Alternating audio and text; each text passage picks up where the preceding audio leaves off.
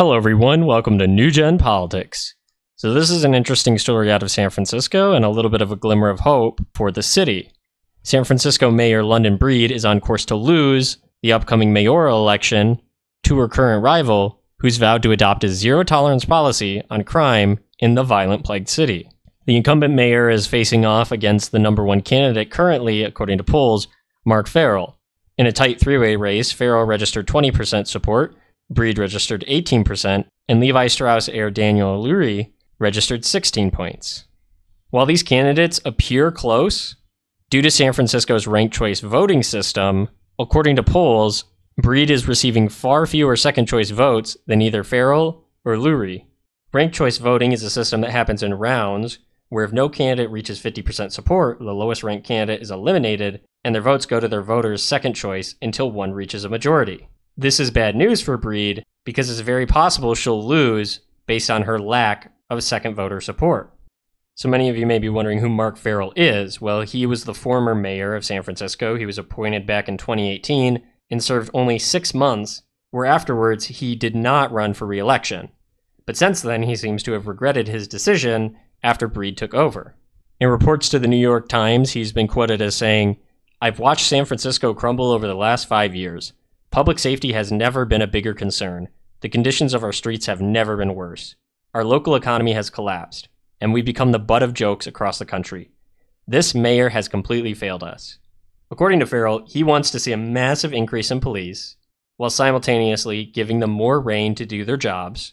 He wants to see more detaining of drug users, especially drug overdose victims who survive, who are currently just being released back out on the streets. And he would also like to see the emptying of numerous homeless encampments. He is vowing to return law and order back to San Francisco, a concept that seems so far out of the realm of possibility, it almost is like an impossible task. Mark Farrell is on a journey to slay the dragon that is San Francisco's far leftist policies. Almost a legendary task to take on, but he seems serious about it. But the question is, will his actions be enough to return the city to the state it was in before? Countless businesses have left San Francisco due to the crime, taxes, cost of doing business, rent, homelessness, drug use, and you need businesses in order to have a functioning anything, a functioning city, a functioning state, a functioning country. You need businesses, and the businesses are leaving, as well as the people. California has seen massive decreases in population year over year, and San Francisco is actually leading in the amount of population loss of native Californians.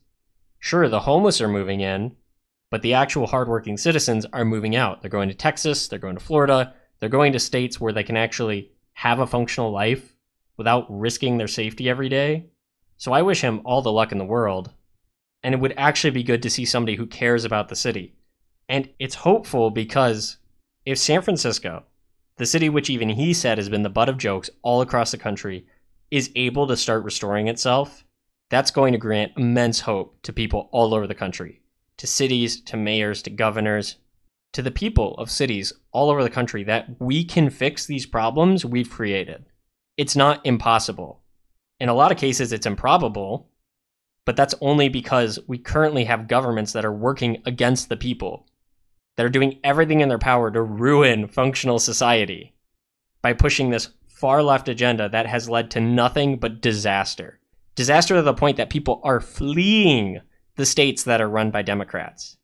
They can't get away fast enough. They're even taking losses on their businesses and houses just to get out. But if you can start to see things moving in a better direction, San Francisco, the bastion of liberal ideology, falls to a conservative mayor, starts becoming a city of law and order, it may just change the fate of America as a representative of all that can happen, of a representation that we can fix this place if we put in the effort, if we get the right people, if we want to. So to me, this is great news. I'm excited about this. I can't wait to see what happens. And I hope you'll all stick around so I can update you on stories just like this. So let me know, do you think it's possible to fix San Francisco? Would you like to see Mark Farrell win? Where would you start if you had to clean up the city? Let me know all that down in the comments below. And as always, don't forget to like, share, and subscribe.